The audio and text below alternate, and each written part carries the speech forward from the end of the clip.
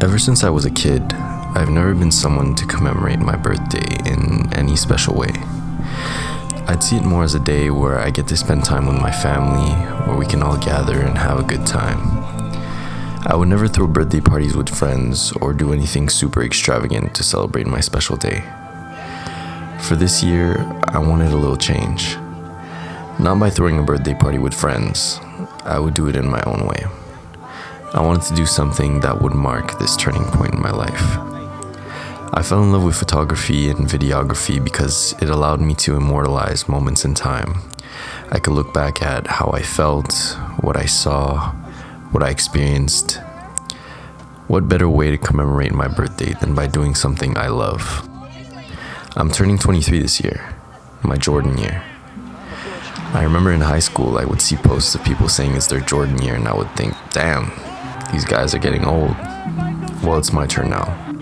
And I want this year to be the one I look back on saying, I was in my prime.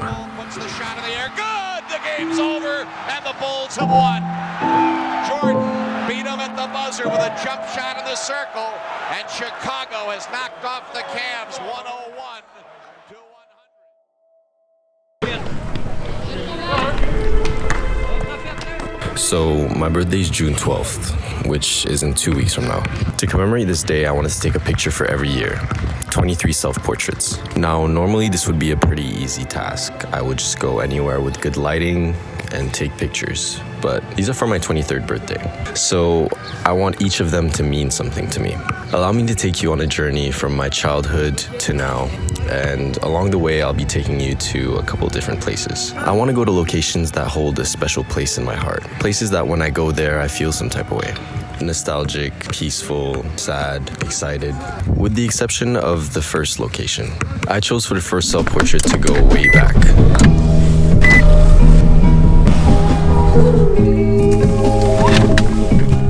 To my first home. I lived in this apartment between birth and the age of 3. But I actually have no memories of this place. The only moments I can remember are from old videos taken on a VHS. So it all comes back full circle. Here's portrait number 1 out of 23.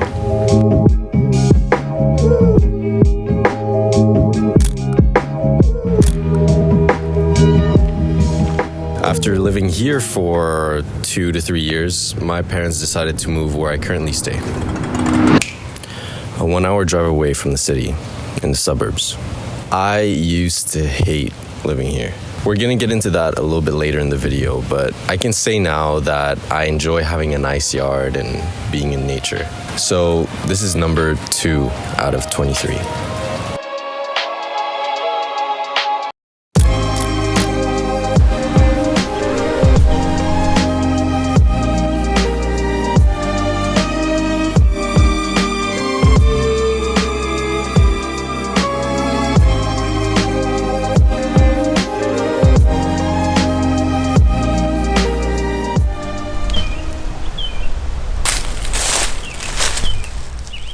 Just a 2-minute walk away from our previous location, we have this hill, or what used to be a hill. Now it looks more like an overgrown jungle. I have good memories of coming here as a child and bringing a toboggan to slide down the hill. The only time I come here now is when my dog runs away from our backyard. Another winter activity I would partake in quite a lot as a kid would be ice skating. In this rink right here, well, it's summer now, so they don't have it set up. I'll just move here instead for a nicer picture. So this is my childhood skating rink, and there's someone looking at me right now. I don't know if I'm supposed to be here. I played hockey for 6 years, and I kind of liked it, I guess, if I played it for 6 years. But I was doing it more since all my friends at school were playing hockey, and I wanted to fit in, so yeah.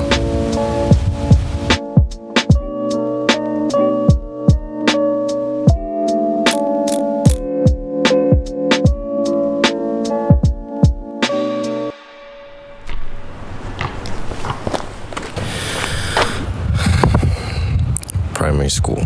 Coming to this place prevented me from watching SpongeBob in the morning, so I dreaded it. This spot in particular is where I almost lost my eyesight, right here. I got it from that metal windowsill. I never knew they were made out of metal until I was playing mini hockey one day, slipped and fell face first right onto that spot. To this day, I don't know why they put that there, but it makes for a funny story and a cool scar. Before coming to this place, I would have swimming lessons.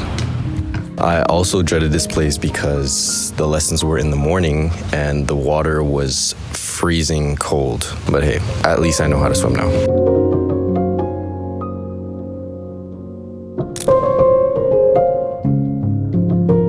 The next few spots were important to me in my early teens. I was a pretty insecure and introverted kid, so naturally, I was in my room a lot.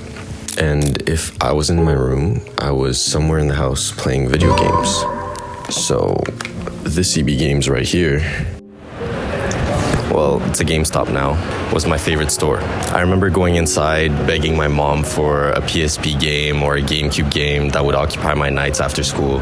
That was before I had my toxic League of Legends phase. But then I grew up and eventually started buying my own video games with my own money, funded by McDonald's. We've all been there. Our first job. I still kind of have a little bit of PTSD from all the noises I'd hear in the kitchen from the fry machine. Yeah, I don't miss that place.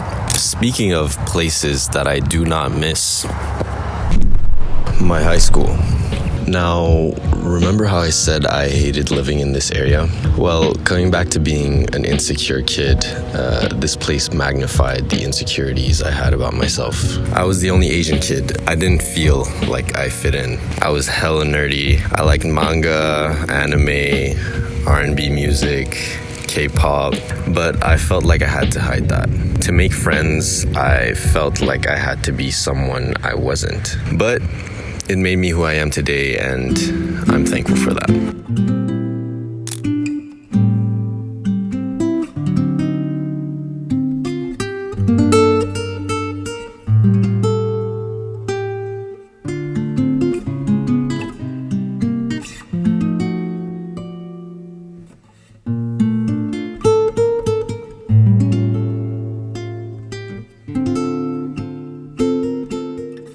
Midway through high school, I discovered my love for basketball, and it would be at this spot that I would practice. Sadly, it got torn down, but this place holds so many good memories for me, I had to include it in the list.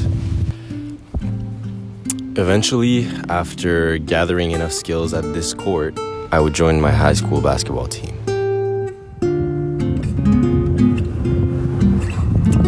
We would gather at this Subway right here. Before every game, I would get a fat Subway sandwich that would never fail to irritate my stomach. My sister would buy me Subway gift cards because she knew that I would come here before every match. She didn't know though that I could convert my Subway gift cards into riot points, which were the League of Legends store currency. So let's just say that my League of Legends addiction would save me from blowing up bathrooms before my basketball games.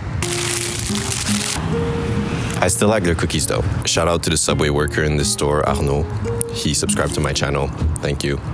You should subscribe too.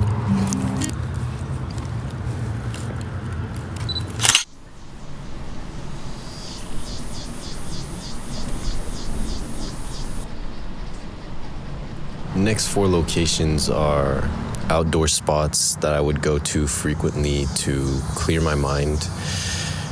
Isn't really any backstory to these ones. They were just really important for me to be with my thoughts. I would go there on walks. I would go here on walks, actually. This is one of these spots. And all 4 of these locations were key for me to learning how to be present. So this is portrait number 13.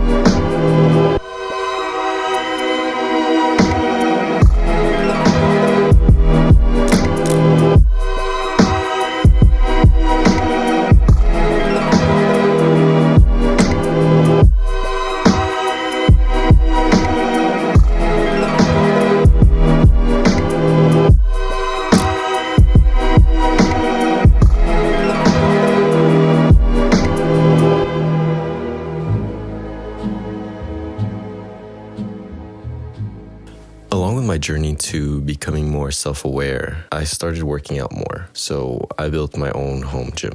Right off the bat, my mom's not gonna like that I'm showing our basement like this. It's very messy, but yeah, this place is important to me, so sorry, Mom. I'm someone who finds comfort in being alone, and this space here, the gym, helped pull me out of moments where my self-esteem was at a low. Here I could let out my sadness, my anger, heartbreak, whatever I was going through. I was able to build something out of that negative energy.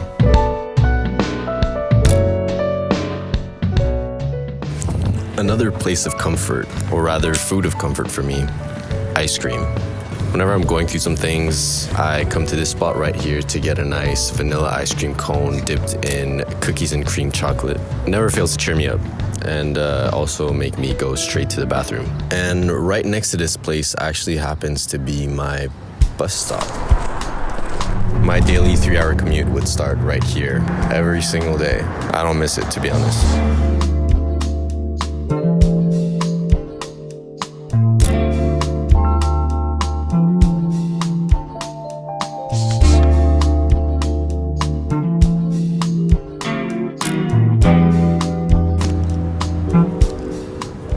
So in this spot, a significant event in my life took place.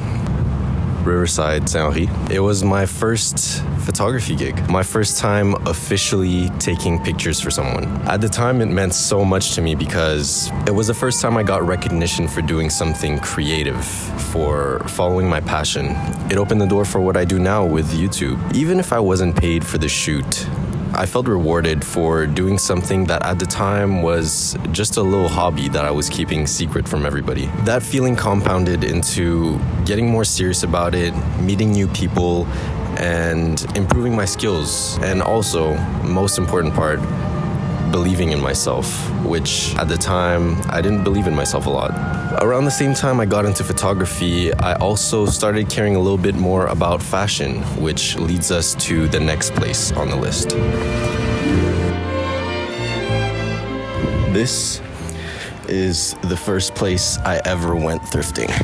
Ever since then, my style evolved from wearing what everyone around me was wearing to finding stuff that I thought was cool and that represented me better. I'm still working through that, but going in thrift stores, picking out nice pieces, definitely molded the style that I have today.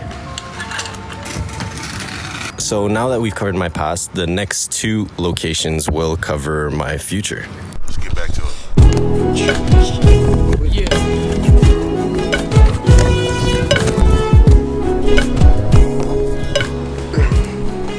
Welcome to the next chapter of my journey. I moved to the city. As you can see, it's not the most glorious setup. I'm sleeping on a mattress on the floor in the living room in my friend's apartment, but it works. I covered the move in detail in my last video, so if you want to know what made me move out, you could check it out here or here. Wait, here, I think. What's funny about this spot is that I moved just a couple minutes of walking from portrait number 1, my first apartment. But anyways, last but not least, the final portrait. So for this one, we're actually going to a spot that we've been to in the video before. But what's going to be important here is not the location, but the people that I'm going to be with. And to do that, we're going to go back to the VHS footage. All right. It is my 23rd birthday celebration. Through all the ups and downs in my life, I've always looked forward to the days that I'd be going to a family gathering. Backyard barbecues, karaoke nights, picnics in the park. I chose my family as the final portrait. Not a location, yeah, but no matter where we'd be going, I always felt excited, safe, comfortable. At times, when I was a kid, being around them felt like the only moments I could truly be myself. A safe space where I didn't feel weird for going crazy over Rock Lee versus Gaara's fight scene, wanting to play with my Yu-Gi-Oh cards, or listening to Big Bang. These might all sound like normal things to you, which they are, but for me, these things I liked were something I had to hide from fear of being the odd one out.